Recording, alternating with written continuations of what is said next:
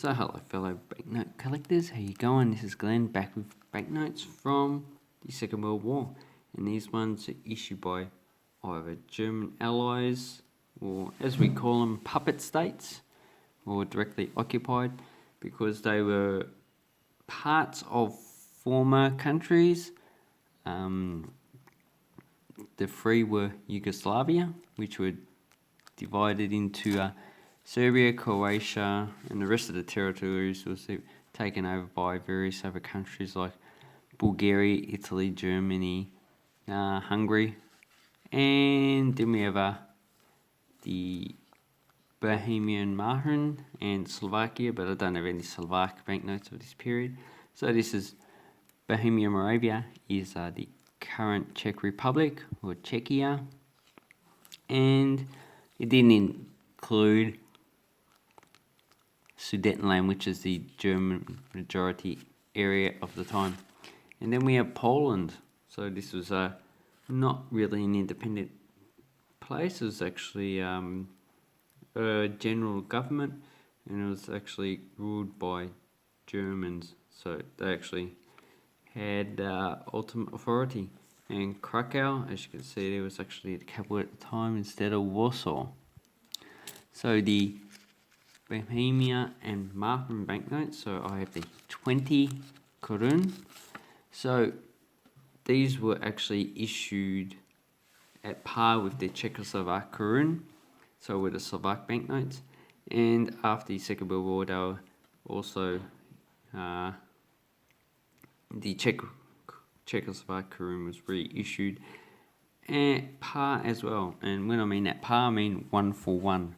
So this one is dated 1944, 21st January 1944, and it has a male figure, looks like an Aryan, and some fruit. And as you can see, top part's in German, bottom is in Czech, because Bohemia Moravia was actually not an independent country. They were actually like the general government, which is Poland, ruled by the Germans. And on the reverse, it's just a pretty pattern design. And the other denominations were the 1, 5, 10, 50, 100, 500, 1,000, and 5,000. And the 5,000 was issued because of inflation, so it's a 1,000. But the 1,000 was used by the Czechoslovakians anyway beforehand. The second banknote I have is the 50 koruns. And these banknotes are pretty harder to get in, well, any grade really, I find. There's a watermark on this one. Any watermark? Looks too beat up to actually see a watermark. But as you can see, it has a female figure, and it has a 50 Kronen, 50 korun. So in German and Czech, it's actually korun versus kronen. And this really was also a continuation of Austria-Hungarian korun. And they're the only country that actually uses the korun. Well, the Czech Republic does now. So the Slovakia actually uses the euro. And as you can see, on the reverse, it has the Czech lion with a crown on its head.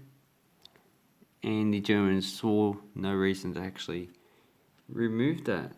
So, a bit of curiosity. They actually wanted them to have some pride.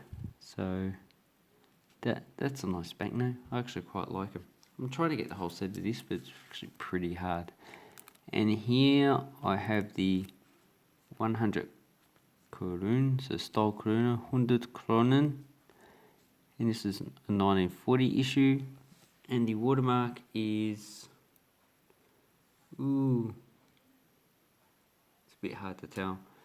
So on this side we have a Prague Castle, and Prague Castle is in the back there. And here we have Charles Bridge, and this is probably King Charles, a statue of him as well. but I didn't actually research this before I actually done it. And as far as I know, this comes in two varieties with or without this section here. But what's on the back? Well, it's just stylized pattern, flower pattern, style Karun with the Kronen, and here's a security feature here. And there is no security thread at this time. Okay, this is the second printing. It says to Auflage. Okay, so that generally indicates it's actually another printing. So you can get two series of this type of design. And I actually quite like this design. I think this is one of the best Bohemia and Moravia banknotes that are out there. Okay, the next banknote is Serbia. Oh, but the first thing I forgot to mention was this had an exchange rate of 10 Karuns equals 1 Reichsmark, so this equals 10 Reichsmarks, and everything at the time is actually valued in Reichsmarks. Don't worry about the price there, it's not the current price. Okay, then we have Serbia.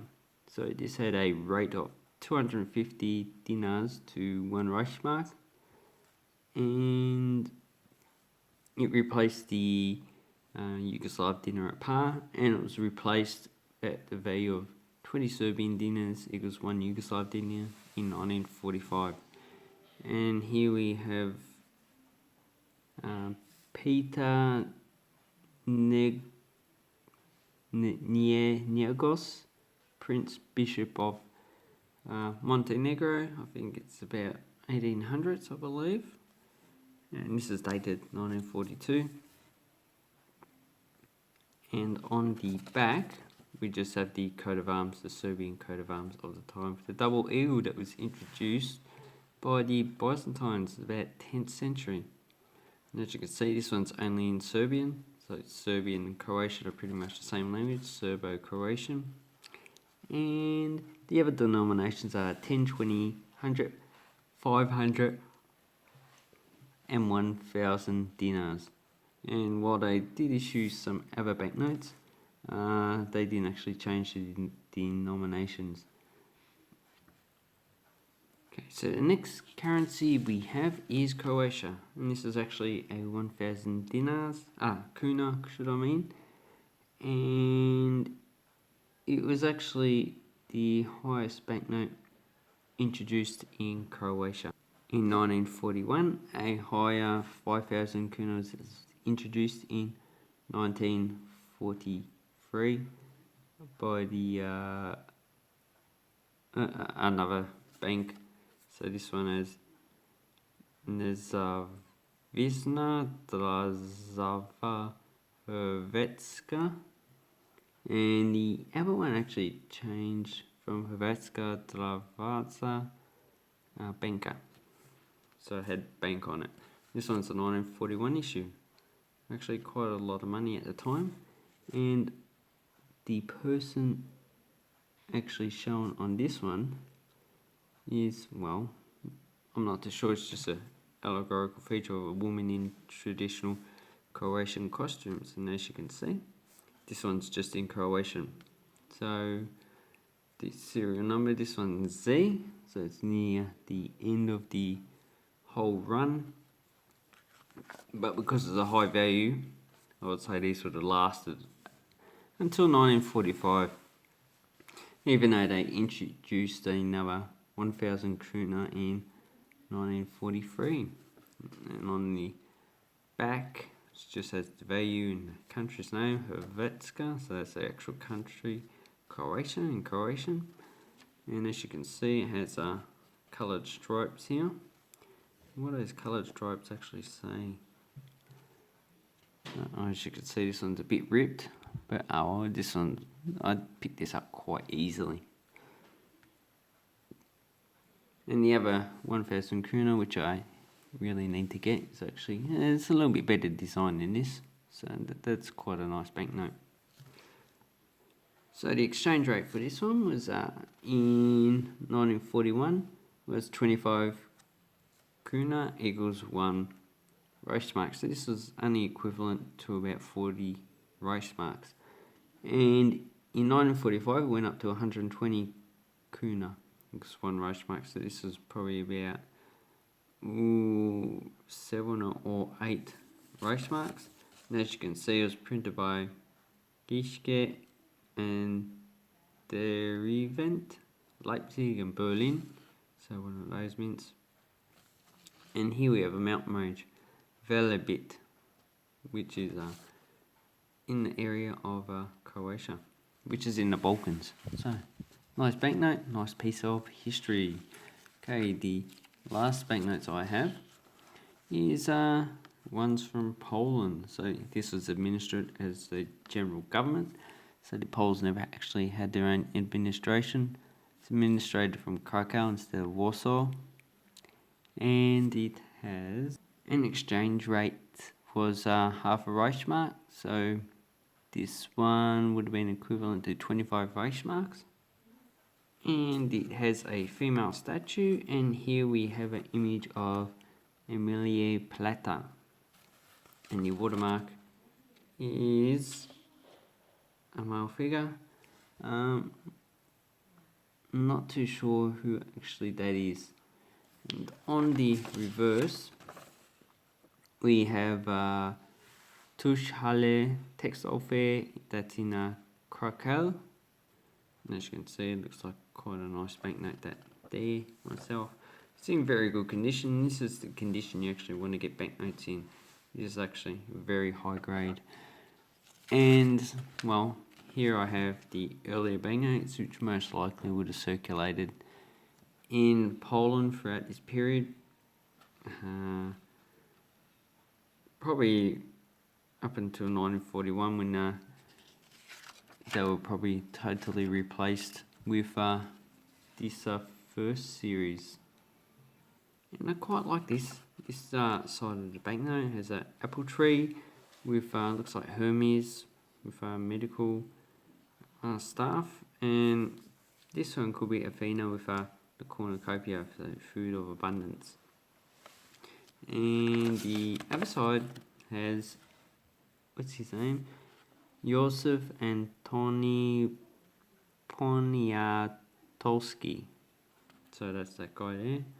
And as you can see, series CT 6,093,890.